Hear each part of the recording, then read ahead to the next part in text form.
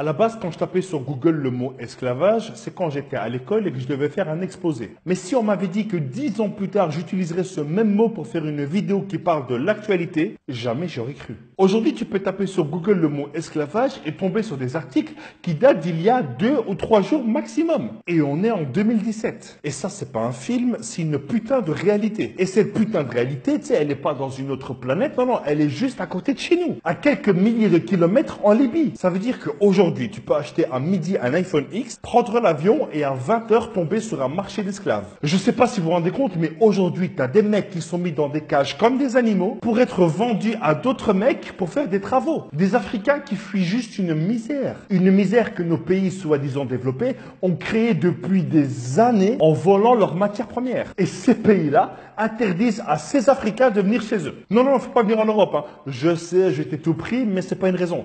T'avais qu'à te défendre. C'est vrai, même si tu t'étais défendu, je t'aurais tué toi et toute ta famille. Et même quand ils arrivent ici, ils sont quand même rejetés partout, traités comme des maladies. Et le pire, hein, c'est que l'Union européenne a quand même donné de l'argent à la Libye pour gérer les migrants. Pour que justement, ils n'arrivent pas en Italie et donc en Europe. Je sais pas si tu vois un peu le délire. C'est comme si tu donnais un poste de directeur maternel à Marc Dutroux. Et ce qui se passe là, hein, ça ne touche pas uniquement les Africains ou les Noirs. Non, ça concerne toute l'humanité. Et ça s'appelle un crime contre l'humanité. Et malgré ça, ils en ont juste mais rien à foutre. Mais quand il fallait mettre Kadhafi dehors, là on a envoyé des gens, là on a envoyé la démocratie. Et là pour des humains qui sont réduits à de l'esclavage, mais pour ça, on va faire un rapport hein, parce qu'il y a la Coupe du Monde et qu'on n'a pas le temps de faire plus. Ils sont où les dirigeants des pays africains, de l'Union africaine? Ils sont où ces footballeurs qui sont payés des millions d'euros et qui en ce moment ils ont une visibilité de malade vu que c'est la Coupe du Monde? Et il n'y en a pas un seul qui parle. Il y a quelques mois, tu as des mecs qui filmaient en rigolant des migrants en train de se noyer. Aujourd'hui, des migrants sont réduits à de l'esclavage. Non mais c'est quoi la suite? Qu'est-ce qu'on attend pour réagir? Qu'ils crèvent tous? Il faut attendre quoi comme bordel, comme scandale